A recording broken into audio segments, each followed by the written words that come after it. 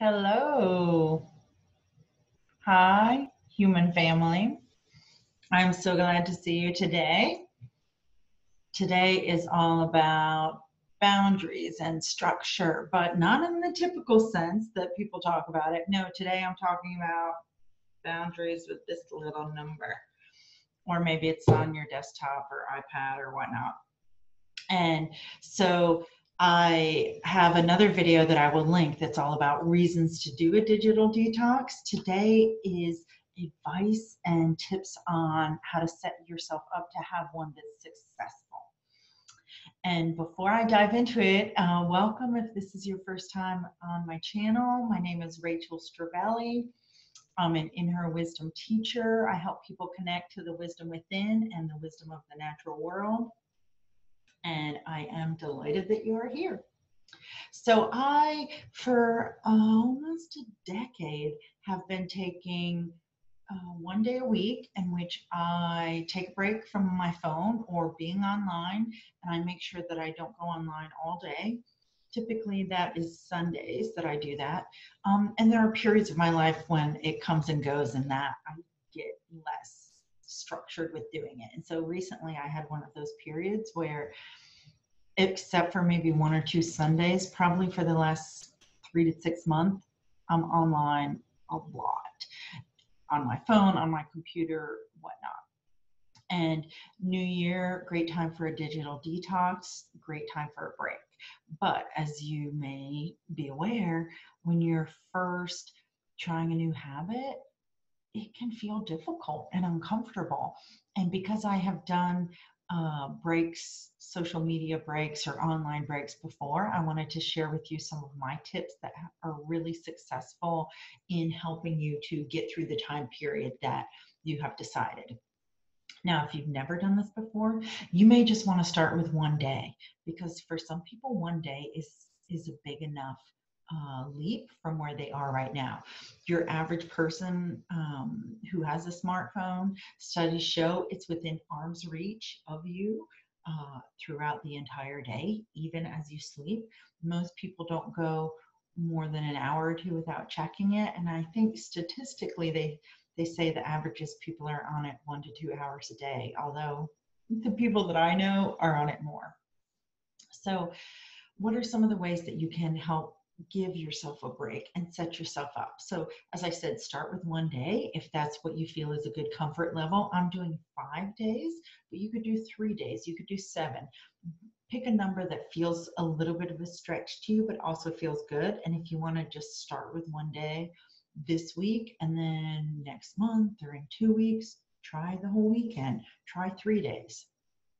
So I mentioned the weekend, and one of my first tips is picking, if you work a traditional Monday through Friday job that involves you to be online to some degree or another, the weekend can often be the best time to set yourself up for this break. And whereas if you work a job where the weekend is your only time to go online and you don't really go online much during the week, that may be a better time to set that up. You will probably want to go ahead and set up some things on your phone to make it easier for you to do this detox. So currently, I only have push notifications if a text message comes in, but you can go in the settings option or settings button of your phone and disable push notifications. And what that will do is, okay, you're not going to get notifications about those things, but who are those things set up for? Like, they're not actually set up for your benefit. They're set up for the app, whatever app it is, to get you to be on that app more often. When I download an app, oftentimes that's one of the first things I do is disable the push notifications. And periodically, I do have text notifications totally disabled because I don't like my phone beeping at me. We get to a point where we are conditioned that we hear that beep and it's like physiologically it changes our bodies. Or yours might not be a beep, maybe it's like a little, I forget what it's called, like a swipe down menu that comes from the top. Either way, for the time period that you're doing this, disable those push notifications and reminders. You may find out that you don't even want to set them up to come back on again after you're done with this digital detox. That's definitely what I have found. If you have to, at some point during your detox, check in with these, whether it's, I don't know, Facebook or email or Pinterest or YouTube or whatever it is that you've decided that you're going to check into, pick 1 or 2 times a day, have a set limit where you're going to be on there, and go ahead and plan out when you're going to do it. So like, I'm in the midst of a digital detox right now, but I am going on YouTube today because I'm uploading this video. But my job is to go on YouTube, post this video, and leave. That's it. I'm not scrolling around seeing what other great videos are out there today. So be very specific with your time if you choose to go on during that time. So set really clear boundaries for yourself. Another thing that you want to set up on your phone, which will make a really huge benefit, I'll try and bring this into focus so you can see. So this, my phone lets me do this, set this up for the evening. So I can set it up so that it's in grayscale. So it takes all the color away from my screen. Now that might seem like not that big of a deal, but if you're somebody who is really tuned into how you react to things, you will notice that it is actually a dramatic effect. So mine switches to grayscale every evening. And if I am on the phone when it switches to grayscale, I instantly am just like, this isn't appealing anymore. Because think about it, like our eyes, the cones in them, which are the color receivers, they pick up on color. Like that's the job. That's what they love to do. And things that are rich in color throughout human history, we've been drawn to because it meant food, it meant survival. And so if you notice, a lot of the notification buttons are in red. Cherries are red, strawberries are red, tomatoes are red. Like red foods have this ripeness, it pulls us in. How many things that are appetizing to eat are gray? I don't know if I can think of any. I guess fish for some people.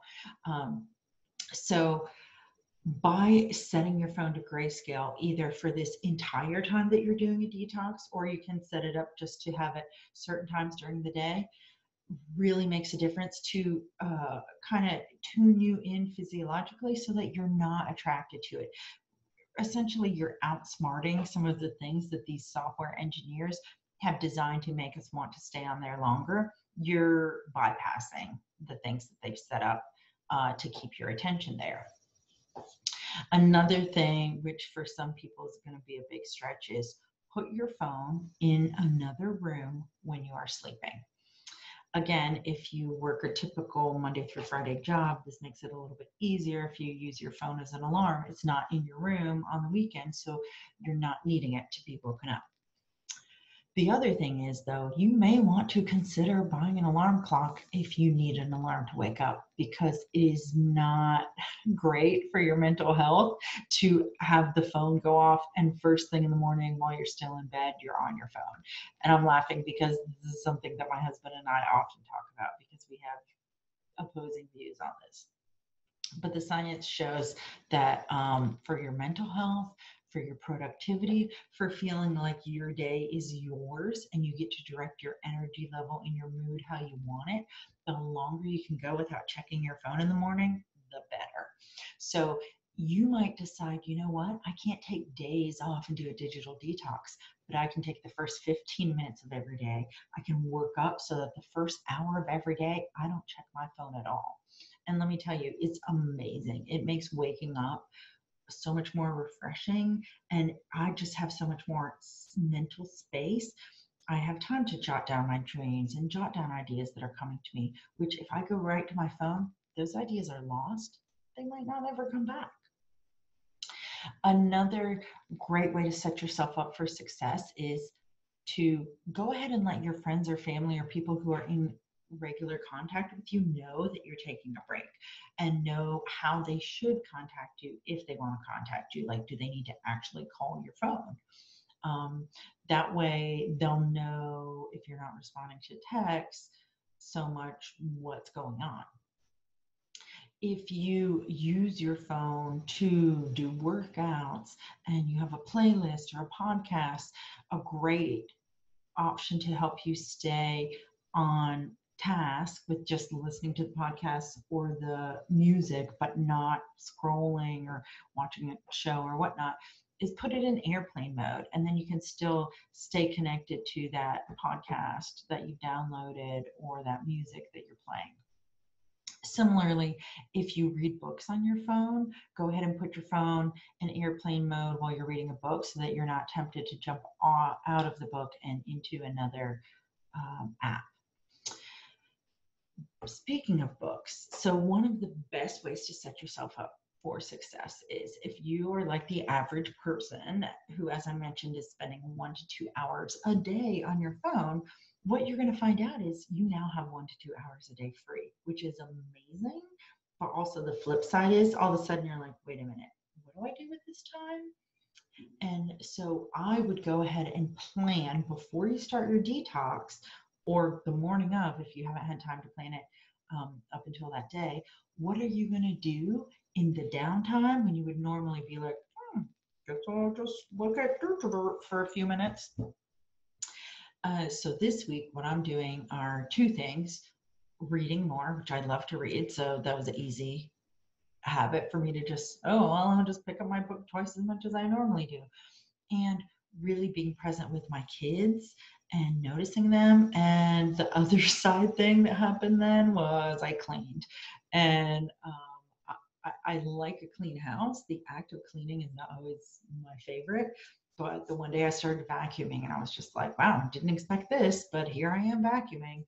Because I think it's been about 3 months since I vacuumed our bedroom carpet. It's been a while. It has been vacuumed, but I just wasn't the one doing it. And cleaning might not light you up. You might be like, heck no, I don't want to clean. But you may want to read. One thing that might help you to figure out what to do is think about what are the things that you're doing when you're online. So for me, one of the things I'm doing is connecting with people socially. So I am looking at my calendar for this month and planning out, okay, what are 2 things a week I can go to so that I'm socially interacting with people face to face and having a great time with them. If you are looking up meals or crafts, or you're just killing time because you're tired but you don't have energy to do anything, you could go to sleep. You could do a craft. You could read, as I said. You could plan out or prep a meal that you're going to make tomorrow, a craft that you're going to work on. You could go for a hike. You could go exercise. If you've been wanting to play guitar, you could start playing guitar. So the point is to, before you start the detox, if you can, go ahead and have a mental list or even a list on your fridge or mirror somewhere of what are the 3 things you're going to do when you are tempted to reach for your phone. Now, here's the other part about when people reach for their phones. It's often not, I've got 45 extra minutes or 20 extra minutes. Let me pick up this guitar and practice that 1 chord I'm trying to learn. No. What normally happens is you've got 2 minutes while you're waiting for the bathroom for somebody to get out. You've got, 1 minute while you're waiting for the thing in the microwave to stop. You've got like a minute here, 2 minutes there. So there are a few things that you could do with that time. You could adjust your posture and check, am I breathing in my diaphragm? You can do something like that. You could do a body scan and notice, where am I holding tension? You can really tap into some mindfulness, which body scan will also help you with, which I think is one of the best benefits. You could be in the present moment and you can look around and be like, oh yeah, this is what my house looks like. That's why I started vacuuming yesterday, I think it was, because in one of my moments of mindfulness, I thought, I am tired of picking up all those random pieces of stuff on the floor. I'm just going to vacuum it and get it all up at once. You could have a moment looking out the window or taking a walk and being really mindful, looking all around and observing and taking in the environment that you're in. I'm a huge advocate for nature walks and connecting with nature and observing nature and just being mindful in the moment. You also probably will notice that in those moments, maybe there's something else that you would like to work on. So maybe instead of, or in addition to being mindful or the body scan, maybe you think of 4 things you're grateful for, or look around the room you're in and think of things you're grateful for. Maybe make eye contact with the person you're in the room with, or think of something nice that you would like to tell them. Maybe you pull out a piece of paper and you write someone a nice note that takes you 1 minute to write. Maybe you say a prayer for someone that you know who's going through a hard time. There you can brainstorm yourself and see what you come up with. And I'd love if you put in the comments below your own ideas, but I feel like the potential for choosing to be intentional with your time and saying, this is what I'm going to use the time for, you might suddenly realize, you know what, I've got time to do a stretch or do 2 yoga poses. And there you go, that's 2 yoga poses. There's this one person whose email list I listen to, he talks about every time he goes to the bathroom, he does like a certain series of stretches. And so by the end of the day, he's done like 7 sets of push-ups and burpees and something else. And I'm like, you know what? He didn't have to say, where am I going to take 10 minutes to work out? He just added that habit onto another habit that he already had. And so one of the things that this digital detox is hopefully going to benefit you with is you're breaking the habit of letting this dictate where your time is going, where your attention is going, and what you're thinking about. And you are putting yourself back as the one directing and guiding, where's my attention going? What am I thinking about? What is my time being taken up by? How am I feeling? Because when we let it be dictated by others, I could read a bad email or see a post on Facebook and it could ruin, quote unquote, the next 20 minutes of my life because then it's got me upset about something. Or I could just not engage with that until, my set time of the day when I do look at that. It really can have such a profound effect, and it seems like such a simple thing, but as much as I think there are so many great aspects of technology, taking this intentional conscious break from it allows you at the end of it to ask yourself, what parts of it do I value? What parts of it bring a lot to my life? And what parts of it are really just filling up my time? All right, I would love to hear how your experience goes, and feel free to tell me in the comments below or reach out to me. You can send me an email or connect with me on my website. I am on some of the social media sites, but who knows if I'll reevaluate that at the end of this detox. All right, thank you so much for joining me, and go ahead and give this video a thumbs up if you thought this was great. Bye.